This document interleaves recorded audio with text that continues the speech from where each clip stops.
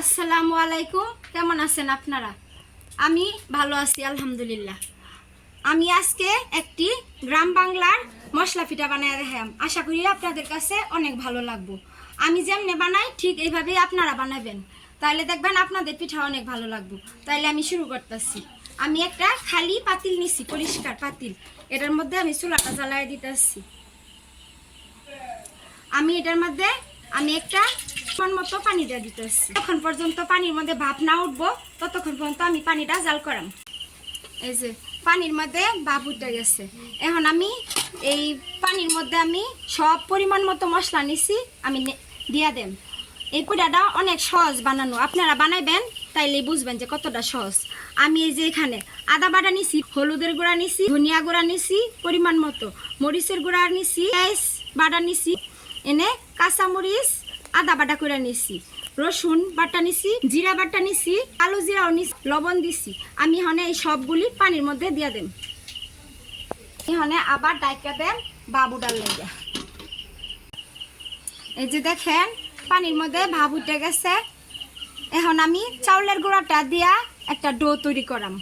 পানিটা বেশি করে জাল করে নেবেন, তাইলে এই ডোটা সুন্দর হইব।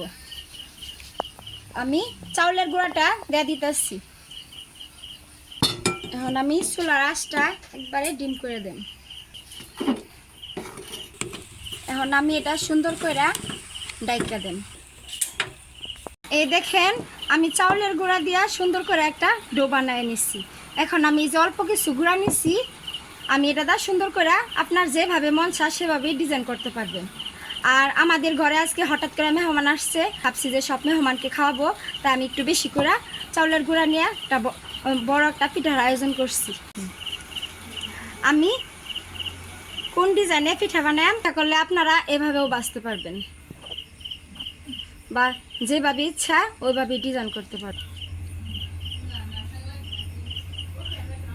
দেখেন আমার পিঠাগুলি বানানো হয়ে গেছে। এখন আমি এই যে কড়াইয়ে তেল দিচ্ছি, তেল গরম হয়ে গেছে।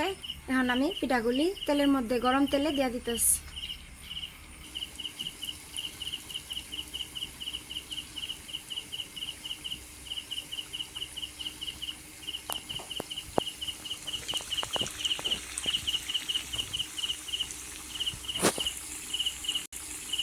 আমি পিঠাগুলো চুলা থেকে নামিয়ে নিছি।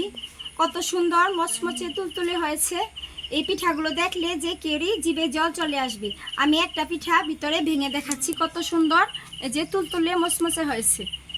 আর আমার ভিডিওটা যদি আপনাদের ভালো লাগে তাহলে আমাকে দয়া করে একটা লাইক, কমেন্ট এবং ভিডিওটা শেয়ার করে দিবেন। সবাইকে ধন্যবাদ। আসসালামু আলাইকুম।